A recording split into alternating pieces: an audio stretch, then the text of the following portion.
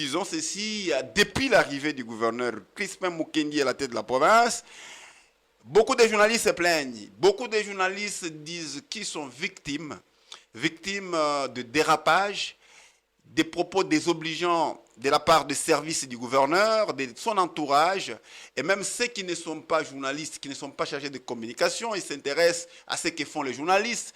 Ils veulent donner les ordres qui sont contraires à la loi pour que cela soit appliqué aux journalistes qui partent chercher l'information. Et le gouvernorat, qui est une institution provinciale, la deuxième d'ailleurs institution, et les journalistes sont appelés à aller récolter les informations pour les diffuser. Mais beaucoup de journalistes qui partent là-bas, ils sont soit humiliés, soit ils sont brutalisés par certaines personnes non attitrées. Et au nom de la famille du gouv, au nom des services du gouverneur, et ils posent ces actes-là.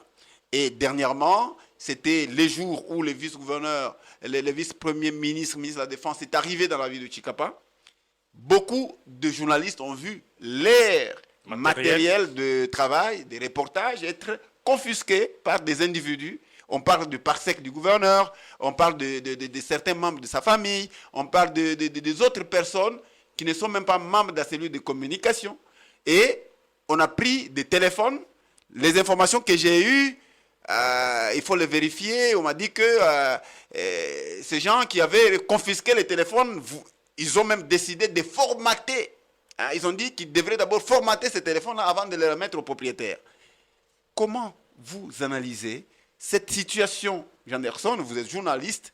Nous avions voulu analyser cette question avec les membres de la cellule de communication du gouverneur qui ne sont pas venus. Et vous, qu'est-ce que vous dites par rapport à ça? Voilà, d'abord, la première chose, je trouve qu'il y a vraiment une ignorance à haute échelle. Franchement, il faut qu'on se le dise. J'ai lu un communiqué d'IGR que désormais, on ne peut pas prendre des images avec un téléphone. Je me suis posé des questions. Est-ce que les membres, c'est lui qui a signé ces communiqués-là? Comment il apprend cela? Les téléphones et quel type de téléphone? C'est madame la chef de service. Par exemple, Eric ou Mike peuvent avoir un téléphone qui coûte $1 500. C'est comme par exemple iPhone 16. Coûte $1 600. Et toi qui as... Avec des capacités... Toi, tu as un appareil photo Nikon ou Sonic de 1997.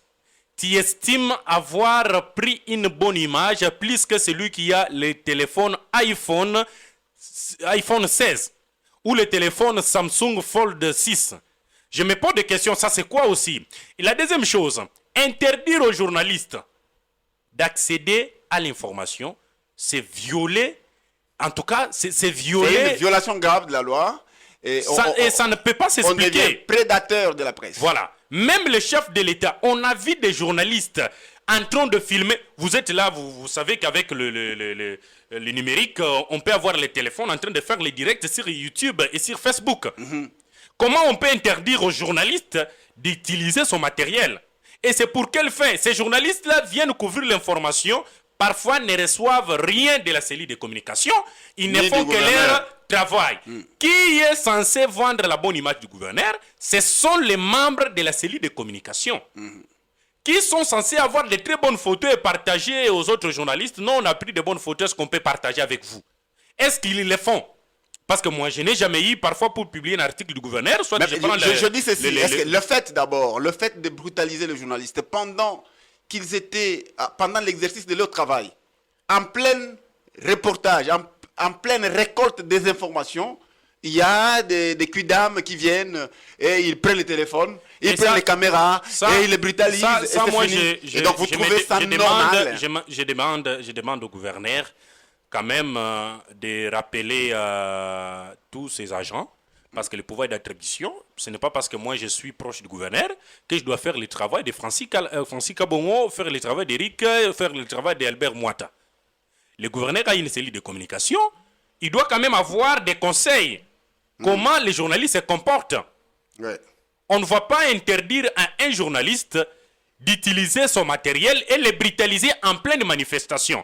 Et c'était quel type de manifestation? Ce n'est pas la manifestation du gouverneur, ça c'est le VPM de la défense. S'il vous plaît, Roger Ngala Mouloumé, bonsoir, vous êtes en direct. Bonsoir Serge Olivier Kongolo, bonsoir Janderson Nyembo et à tous les auditeurs. Bonsoir, vous êtes le bienvenu. Et qu'est-ce que vous voulez dire? Quelle est votre contribution par rapport à ce sujet qui vous concerne, vous les journalistes? Qu'est-ce que vous dites? Bon, en tant que journaliste, je voudrais intervenir par rapport à la question que vous venez de poser à votre invité, Janderson Nyembo, par rapport à la brutalisation dont est victime ou sont victimes les journalistes. Moi, je pense cette question. Nous condamnons, nous également journalistes, votre silence, vous savez dire les comités INPC. Et je vous formule une recommandation de pouvoir vous organiser en tant que section provinciale de l'UNPC, de voir l'autorité provinciale et analyser avec cette autorité cette question. Parce que 10 jours le jour, monsieur le secrétaire, je parle avec vous comme secrétaire de l'UNPC, les journalistes se plaignent, les journalistes sont vraiment brutalisés, comme vous le dites, sont vraiment humiliés. Et à votre niveau, INPC, vous devez quand même vous organiser et voir l'autorité discuter cette question de vive voix pour que ça puisse prendre fin, M. Serge Olivier Kongolo. Oui. En fait, le problème, c'est que nous sommes journalistes au micro, nous sommes en train de présenter l'émission, nous n'avons pas de grade au sein de l'UNPC maintenant. Et nous voulions que vous donniez votre contribution comme vous l'avez fait. Est-ce que vous avez un message aussi à donner à ceux-là, au gouverneur, en attendant que l'UNPC s'organise pour aller rencontrer le gouverneur, mais parce qu'il s'agit de quelque chose qui s'est passé il y a quelques jours et c'est en train de se passer tout le jour, est-ce qu'il faut attendre que l'UNPC aille d'abord? Maintenant, là, peut-être les services du gouverneur sont en train de suivre, le gouverneur lui-même peut être branché sur la fréquence de la radio-télé Soleil, il peut regarder ce qui se passe en ligne, suivre l'émission. Qu'est-ce que vous pouvez dire au gouverneur de province, d'abord vous en tant que journaliste victime du comportement ou des bévues que commettent ses services ou ses frères? Qu'est-ce que vous pouvez dire? Merci. Bon, j'ai une proposition à faire au gouverneur et aussi, surtout, à sa cellule de communication, comme l'a dit mon confrère qui est sur le plateau. Vous voyez, les journalistes qui est en exercice de sa fonction, il a aussi le droit de pouvoir arriver à la source, collecter les informations et aller les diffuser. Donc, interdire à un journaliste de prendre le vu, de prendre le son, c'est marcher sur l'article 1 de notre code d'éthique et d'ontologie du journaliste congolais qui lui demande de pouvoir accéder à la source, collecter les informations et aller les diffuser. Donc, interdire à un journaliste de prendre les vues, de prendre les sons, c'est marcher sur cet article-là. Et je demande à nos collègues qui sont à la cellule de communication du gouverneur de pouvoir vérifier et revérifier cet article-là du code. Et s'ils vont vraiment le faire comme ça, ils vont quand même faire un bon travail. Il faut qu'ils laissent les journalistes travailler tranquillement, monsieur les journalistes. Merci à vous, merci de votre intervention. Ici, Roger a oublié aussi qu'il y a une loi, la nouvelle loi dite la loi Mouyaya. Cette loi a ses articles, l'article 13 et l'article 14 précisent bien le rôle de journaliste. Donc les journalistes ont le droit d'informer, de récolter des informations partout et de les diffuser. Voilà. Et les gouverneurs, nous avons la chance d'avoir des gouverneurs juristes. Crispin Mukendi n'est pas n'importe qui, c'est un juriste. Donc aujourd'hui, je crois qu'il est au courant de cette loi. La loi qui est en application ne peut pas être abrogée par un communiqué d'une chef de service de communication du gouvernement. Donc on ne sait pas. Et donc la loi est là, la femme là, donc excusez-moi s'il vous plaît, madame la chef des services de communication du gouverneur est censée aussi lire cette loi-là. Article 14. Lire aussi la Constitution de la République qui dit que toute personne, d'abord le peuple congolais a droit à l'information. Et on dit, c'est l'article 23 et 24, la Constitution qui disent que toute personne doit communiquer, surtout les journalistes ont la liberté de la presse. Donc on doit communiquer, récolter des informations, les communiquer, exprimer les opinions, même si c'est contraire. Ce que veut le gouverneur, les journalistes peuvent critiquer le gouverneur, et c'est ça la démocratie. Quand on a peur qu'on critique le gouverneur, alors c'est un problème. Le gouverneur a besoin de critiques, parce que si nous tous nous mettons à l'encenser, nous mettons à les louer, donc il va perdre même de vue qu'il est dans l'erreur. Il va perdre de vue. Et là, c'est plus grave. Tout ce qu'il a en fait, c'est bon. Là, or, il y a des gens qui peuvent dire non, monsieur le gouverneur, tel que ce que vous faites ici, en tout cas, ce que le gouverneur a fait aujourd'hui, c'est pas bon. Ah, c'est vrai, donc ce n'était pas bon. Maintenant, quand ces services de communication ne peuvent que dire de bon, les louer, dire ce qui est bien fait. Mais le journaliste, lui, dit la vérité, il analyse, il donne, il critique.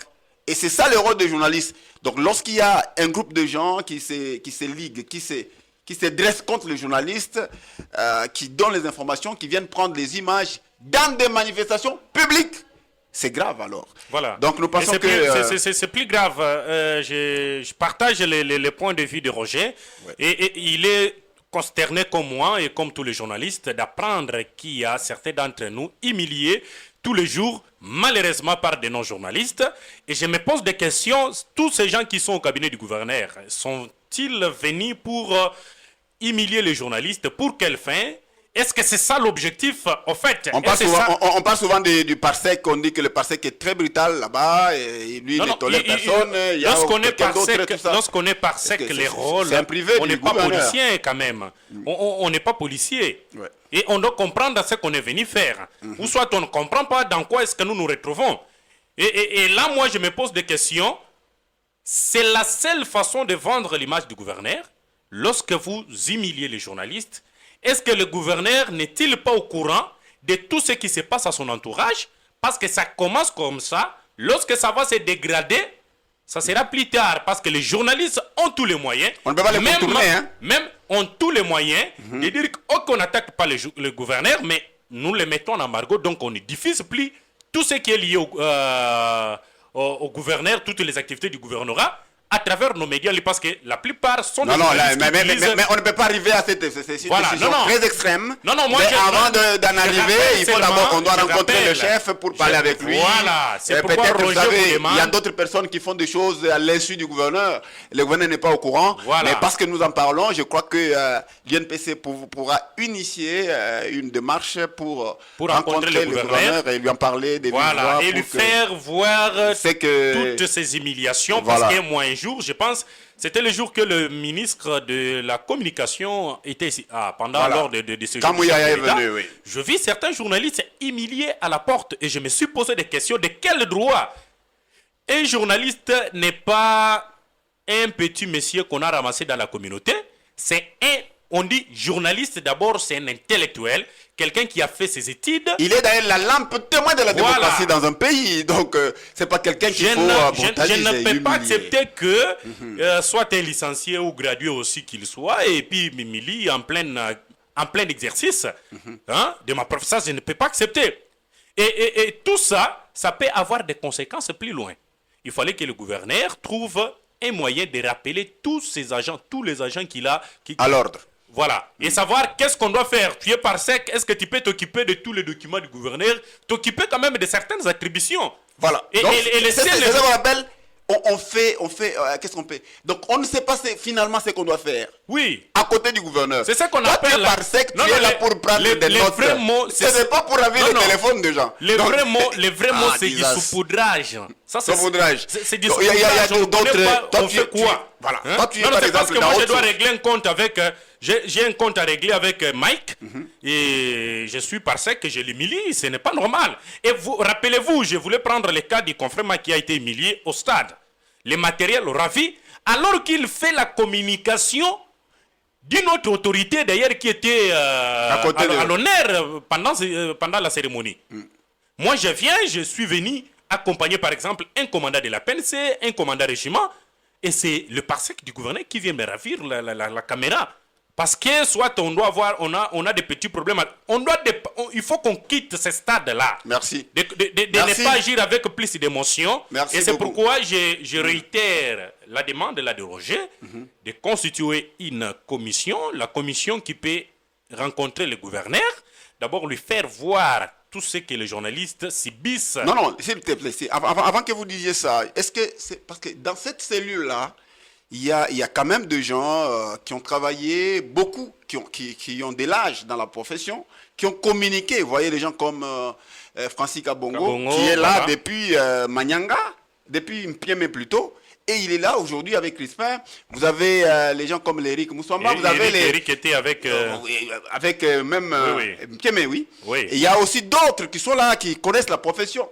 Est-ce que ces gens se sentent-ils étouffés par de nouvelles personnes venues et qui ne connaissent pas les contextes même de ces Kassai ou de travail, et puis ils sont peut-être tétanisés et ils ne savent pas parler. Je sais que pour gérer donner même une faire des commission, propositions. on ne doit pas seulement être journaliste pour gérer la commission, la cellule de communication du gouverneur, mais quand même on doit avoir au minimum certaines notions quand même de la communication. Ouais. Parce que lorsqu'on parle de la communication, on voit tous ces aspects-là. Les gestes. Voilà. Pourquoi, lorsque nous venons, les chefs de l'État, je parle des chefs de l'État, les numéros 1 De la République. arrivent à Chikapa, on nous laisse entrer avec nos téléphones. Moi, je suis là à faible distance avec les chefs de l'État. Tout Et on prend des photos. les parsec est là. Il y a même Albert Moita, je l'ai vu le jour où le chef de Il l'État est faisait venu. le direct Il a fait le direct avec voilà. les téléphones. Voilà. Est-ce qu'il avait une caméra? Et je me pose C'est des ça en questions. fait les changements là, combles du narratif là. Je me pose des questions.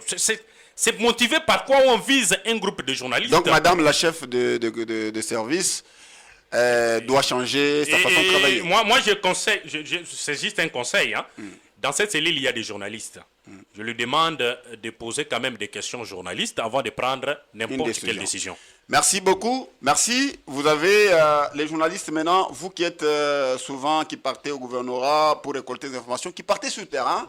Le gouverneur, quand il est invité dans une manifestation, peut-être ce n'est pas sa manifestation, mais lorsqu'il y a sa présence, on officialise la manif. C'est vrai, il y a certaines règles qu'il faut observer, mais il faut toujours collaborer avec les confrères pour que le travail soit bien fait.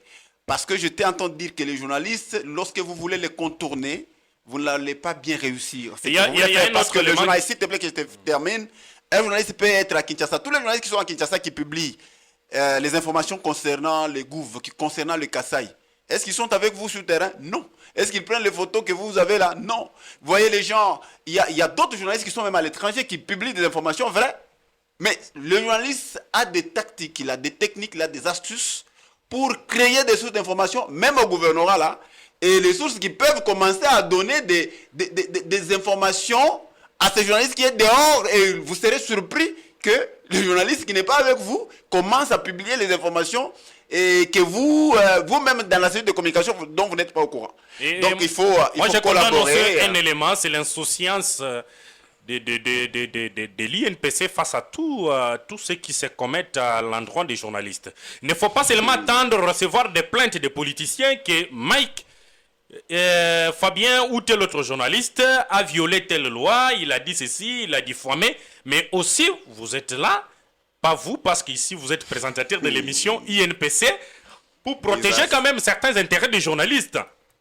On ne doit pas quand même accepter, c'est comme si on vivait encore à l'époque de Mobutu, on ne pouvait rien dire.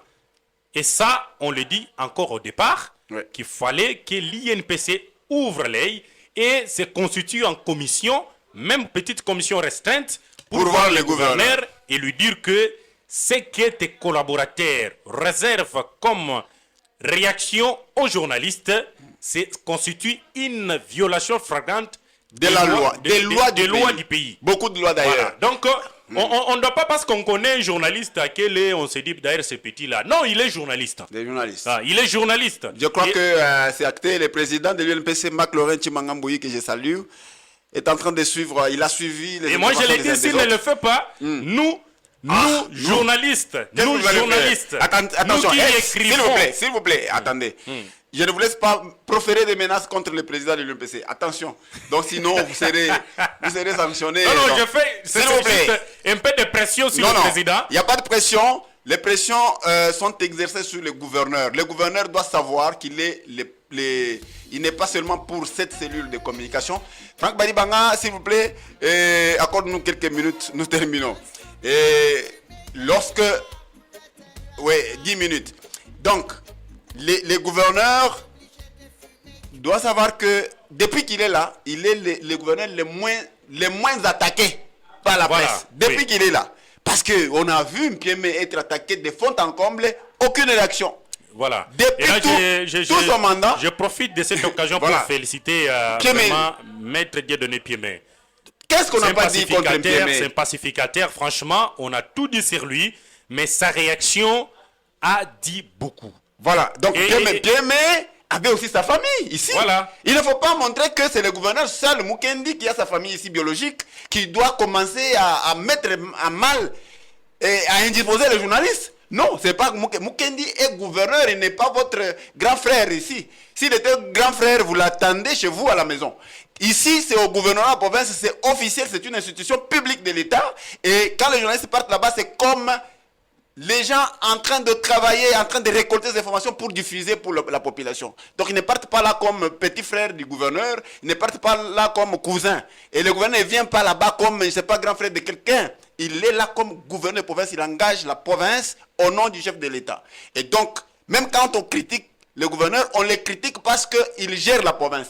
Avant qu'il ne soit gouverneur, personne ne s'intéressait à lui. Hein? Ah oui. Est-ce qu'il y a quelqu'un qui s'intéressait à Crispin Mukendi ici? Parler de lui, non. C'est parce qu'il a maintenant d'autres charges. Et ça, ils doivent comprendre. Et ils doivent comprendre. Il faut que vous compreniez, vous qui êtes dans l'entourage du gouverneur. Franchement, on a beaucoup reçu comme plainte. Et il ne faut pas pousser certains journalistes à commencer à critiquer tout ça. Non, vous allez critiquer. Non, si nous entendons un journaliste critiquer le gouverneur, il sera en prison. Oh! Les gouverneurs, les journalistes, vous allez les arrêter, vous allez les condamner. Si c'est ça votre mission pour condamner les journalistes, en tout cas, ce n'est pas correct. Le journaliste est libre de critiquer, de mettre des points de vue. Et ce n'est pas qu'il doit critiquer, aller dans les... jusqu'à tomber dans ce qu'on appelle la diffamation. Oui, non, on ne peut pas encourager ça. Mais si ce sont des critiques vraies avec des preuves, il donne sans violer la loi, sans entacher l'honneur du gouverneur ou de l'autorité, n'importe quelle autorité, là, ce n'est pas un problème. Voilà, je crois que l'UNPC a compris et va voir comment rencontrer le gouverneur pour cela.